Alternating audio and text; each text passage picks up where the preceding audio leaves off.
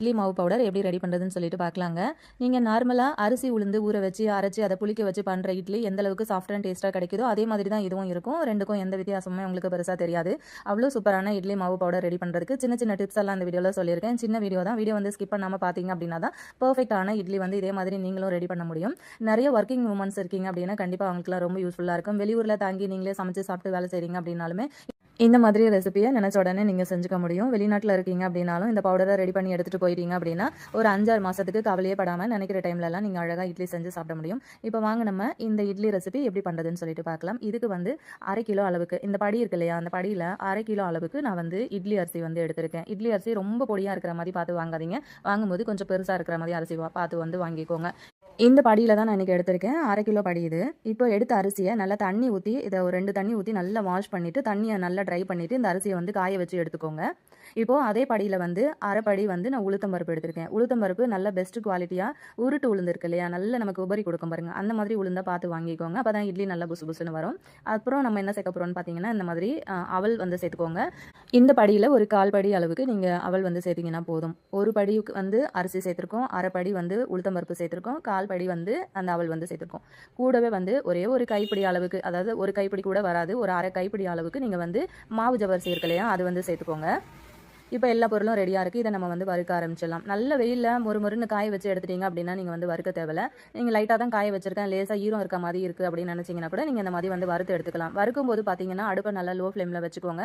அரிசியில் நல்ல சூடு ஏறினா மட்டும் போதும். அரிசி வந்து கலர் மாறி அது வெடிச்சு வர்ற வரைக்கும்லாம் நீங்கள் வந்து வறுக்கக்கூடாது.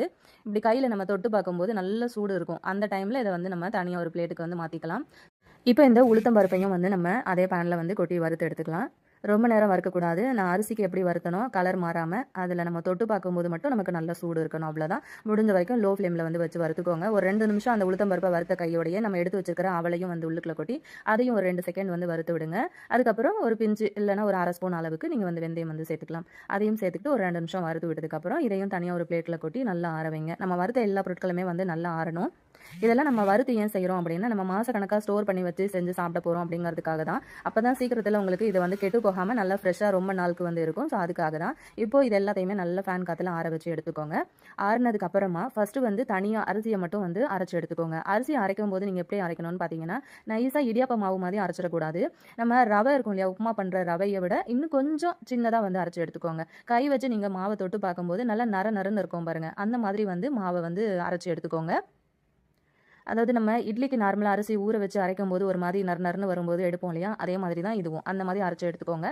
ரொம்ப மாவை நீங்கள் அரைச்சிட்டிங்க அப்படின்னா இட்லி வந்து கல்லாயிடும். ஸோ அதை வந்து நோட் பண்ணிக்கோங்க.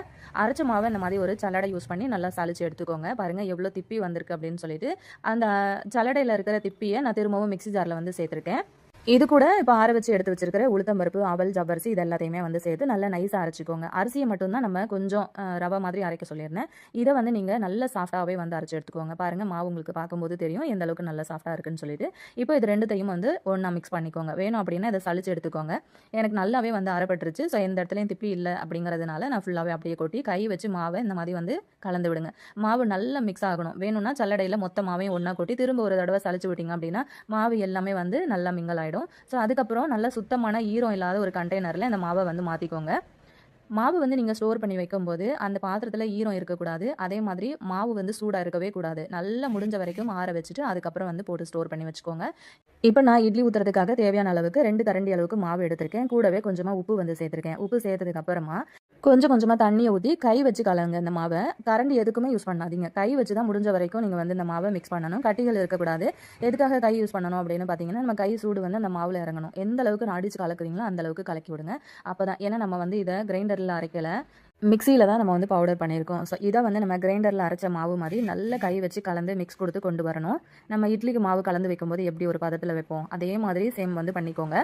மாவு வந்து சூப்பராக ரெடி ஆகிடுச்சு பாருங்கள். இந்த மாதிரி ஒரு பதத்தில் இருக்கணும். இதை வந்து அப்படியே ஒரு ஓவர் நைட்டு நம்ம வந்து புளிக்க வச்சிடலாம். இதை அப்படியே ஒரு மூடி போட்டு மூடி இது ஒரு ஓரமாக நான் எடுத்து வைக்கிறேன். ஸோ காலையில் பார்க்கலாம் மாவு எந்த அளவுக்கு புளிச்சு வந்திருக்குன்னு சொல்லிட்டு. பாருங்கள் நல்லா நம்ம வந்து வைக்கும்போது எந்த அளவுக்கு கீழே இருந்தது பார்த்துருப்பீங்க. இப்போ பாருங்கள் காலையில் வந்து இந்த அளவுக்கு சூப்பராக பொங்கி மேலே எழுந்து வந்திருக்கு. மாவை நான் உங்களுக்கு நல்லா கிட்டக்க காட்டுறேன் பாருங்கள். அதே மாதிரி நம்ம வந்து கரைக்கும் போது ஒரு கலரில் இருந்தது. இப்போ மாவு வந்து நல்லா ஊறி புளிச்சு இந்த மாதிரி இருக்கும்போது கலரும் பார்த்தீங்கன்னா நல்லா வெள்ளையாக இருக்கும் உங்களுக்கு. இப்போ கரண்டி வச்சு லைட்டாக இந்த மாதிரி வந்து கலந்து கொடுங்க மாவை. ரொம்ப அடிச்செல்லாம் கலக்கிறாதீங்க. மாவு வந்து நல்லா சாஃப்டாக எந்த அளவுக்கு ஜென்டலாக மிக்ஸ் பண்ண முடியுமோ அந்த மாதிரி வந்து மிக்ஸ் பண்ணி விடுங்க. இப்போ இதில் வந்து நம்ம எதுவுமே சேர்க்க தேவையில்ல. தேவைப்படுச்சு அப்படின்னா ஒரு 2 ஸ்பூன் 3 ஸ்பூன் அளவுக்கு தண்ணி மட்டும் வந்து சேர்த்துக்கோங்க. மற்றபடிக்கு மாவு கரெக்டான பதத்தில் இருக்குது அப்படின்னா நம்ம எதுவுமே வந்து சேர்க்க தேவையில்ல. உப்பும் நம்ம வந்து முதல் நாளே போட்டு கரைச்சி தான் வச்சிருந்தோம் இல்லையா. இட்லி பிளேட்டில் லைட்டாக ஆயில் அப்ளை பண்ணிவிட்டு நம்ம கரைச்சி எடுத்து வச்சிருக்கிற மாவை இந்த மாதிரி வந்து ஊற்றிக்கலாம். அடுப்பில் வந்து தண்ணி ஆல்ரெடி கொதிக்க வச்சுட்டேன். நீங்கள் இட்லி பாத்திரம் வந்து அதாவது இட்லி பிளேட் உள்ளே வைக்கிறதுக்கு முன்னாடி தண்ணி வந்து நல்லா தளன்னு கொதிக்கணும். அந்த மாதிரி கொதிக்கும் போது தான் உங்களுக்கு வந்து வச்ச உடனே இட்லி புஷ்ஷுன்னு பொங்கி வரும். தண்ணி கொதிக்கிறதுக்கு முன்னாடி நீங்கள் எப்போவுமே இட்லி பிளேட் வந்து வைக்கவே கூடாது. அந்த மாதிரி செஞ்சீங்கன்னா இட்லி உங்களுக்கு பொங்கவே பொங்காது. அதுக்கப்புறம் பார்த்தீங்கன்னா ஒரு 10 நிமிஷம் வரைக்கும் நல்லா ஹை ஃப்ளேமில் மூடி போட்டு அப்படியே வேக வைங்க. 10 நிமிஷம் கழிச்சு ஓப்பன் பண்ணி பார்க்கலாம். எந்த அளவுக்கு நல்ல புசு புசுன்னு நல்லா சாஃப்டாக இட்லி பார்த்தீங்கன்னா உங்களுக்கு தெரியும். நல்ல மேலே எழுந்து வந்திருக்கு பாருங்கள். கலரும் உங்களுக்கு பார்க்கும்போது தெரியும். நல்ல ஒயிட்டாக இருக்குது. ஸோ அவ்வளோதான், ஓரளவுக்கு ஆறிடுச்சு. இப்போ இதை வந்து நம்ம தனியாக எடுத்துக்கலாம். இப்போ இட்லி வந்து பார்க்கும்போதே உங்களுக்கு தெரிஞ்சிருக்கும் இது எந்த அளவுக்கு நல்லா சாஃப்டாக வந்து வந்திருக்கு அப்படின்னு சொல்லிட்டு. கலர்லேயும் எந்த ஒரு டிஃப்ரெண்ட்டுமே இல்லை. ஸோ இது எல்லாத்தையுமே நம்ம வந்து தனியாக ஒரு பிளேட்டுக்கு வந்து மாற்றி எடுத்துக்கலாம். இந்த இட்லி பவுடர் கொஞ்சம் அதிகமான குவான்டிட்டியில் நீங்கள் வந்து ரெடி பண்ணணும்னு நினச்சிங்கன்னா நம்ம முன்னாடியே அளவு சொல்லியிருந்தோம் இல்லையா, அதை வந்து கொஞ்சம் நீங்கள் இன்க்ரீஸ் பண்ணிக்கலாம். அந்த மாதிரி பண்ணிவிட்டு நீங்கள் எந்த அளவுக்கு சேஃபாக அதை வந்து நான் சொன்ன அந்த ஸ்டெப் எல்லாமே வந்து ஃபாலோ பண்ணி நீங்கள் மாவை ரெடி பண்ணி சேஃபாக வைக்கிறீங்களோ அந்தளவுக்கு உங்களோட இட்லி பவுடர் வந்து ரொம்ப மாதத்துக்கு கெட்டு போகாமல் நல்லாயிருக்கும். நம்ம முன்னாடியே சொன்ன மாதிரி நிறைய வேலைக்கு போகிறவங்க, வெளியூரில் தங்கி சமைச்சு சாப்பிட்றவங்க, வெளிநாட்டில் இருக்கிறவங்க, வயசானவங்க, இவங்களுக்குலாம் இது ரொம்ப யூஸ்ஃபுல்லாக இருக்கும்னு நினைக்கிறேன். உங்களுக்கு தெரிஞ்ச பேச்சுலர்ஸ் ஃப்ரெண்ட்ஸ் இருக்காங்க அப்படின்னா அவங்களுக்கும் ஷேர் பண்ணுங்கள். எந்த அளவுக்கு சூப்பர் சாஃப்ட்டாக வந்திருக்கு பாருங்கள் இட்லி. கண்டிப்பாக ஒரு தடவை ட்ரை பண்ண மறக்காதீங்க. இந்த ரெசிபியை உங்கள் ஃப்ரெண்ட்ஸ் அண்ட் ஃபேமிலி மெம்பர்ஸோடையும் வந்து ஷேர் பண்ணிக்கோங்க.